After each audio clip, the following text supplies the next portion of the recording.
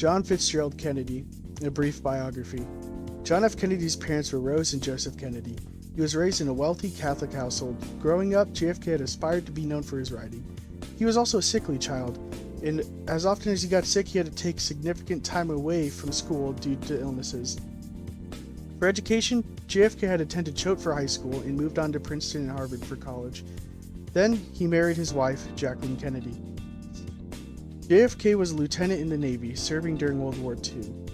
While overseas in the Solomon Islands, he and his crew of PT-109 crashed into a Japanese destroyer in the dark of the night. His small patrol boat was sunk, and he saved those of his crew who could not swim. JFK and his crew swam to a nearby island, where he and his men decided to swim to another island. In order to do this, they had to put the crew members who could not swim onto driftwood and pull them to the next island as they swim. Here at the new island, JFK wrote his location in a message on a coconut for a local to give to a group of U.S. soldiers stationed nearby, which the local person had to do secretly as there were Japanese soldiers in the area. In the end, the U.S. group stationed nearby had rescued JFK and his men, and the coconut which JFK wrote on was kept by him and used as a paperweight in the Oval Office. From the PT-109 disaster, JFK earned the Navy and Marine Corps Medal for his courage and leadership.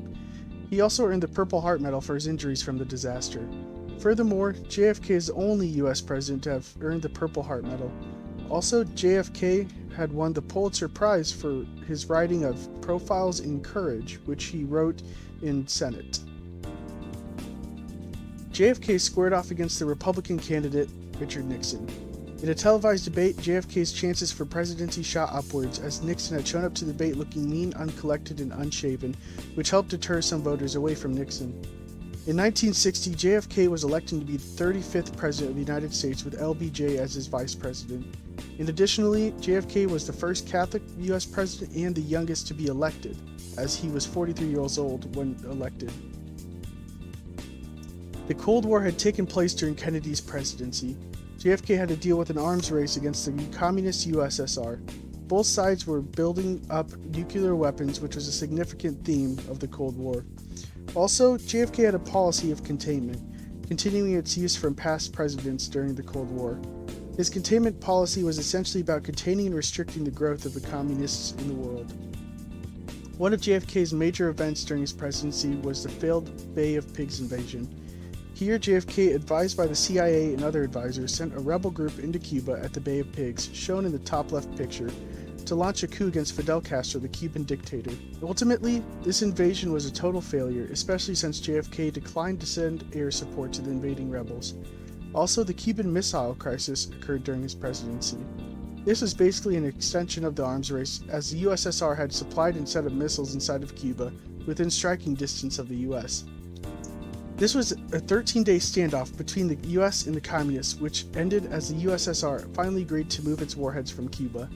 The picture shown at the bottom left shows the black dots of where Soviet missiles were located.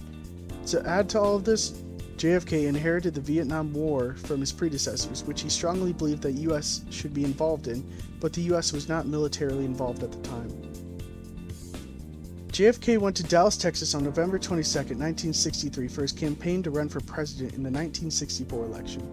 While riding in a motorcade through the road, he was shot at 3 times and was hit by 2 of the 3 bullets, resulting in his death at the hands of Lee Harvey Oswald, a man who was a communist and had even lived in the USSR for some time.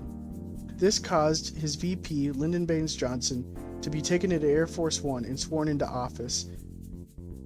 Just 2 days later, Lee Harvey Oswald was killed, possibly to keep his mouth shut and not to spill any information over to the federal government, as there is a conspiracy that he wasn't even the one who shot JFK, but the scapegoat, and the real killer was a communist colleague of Oswald.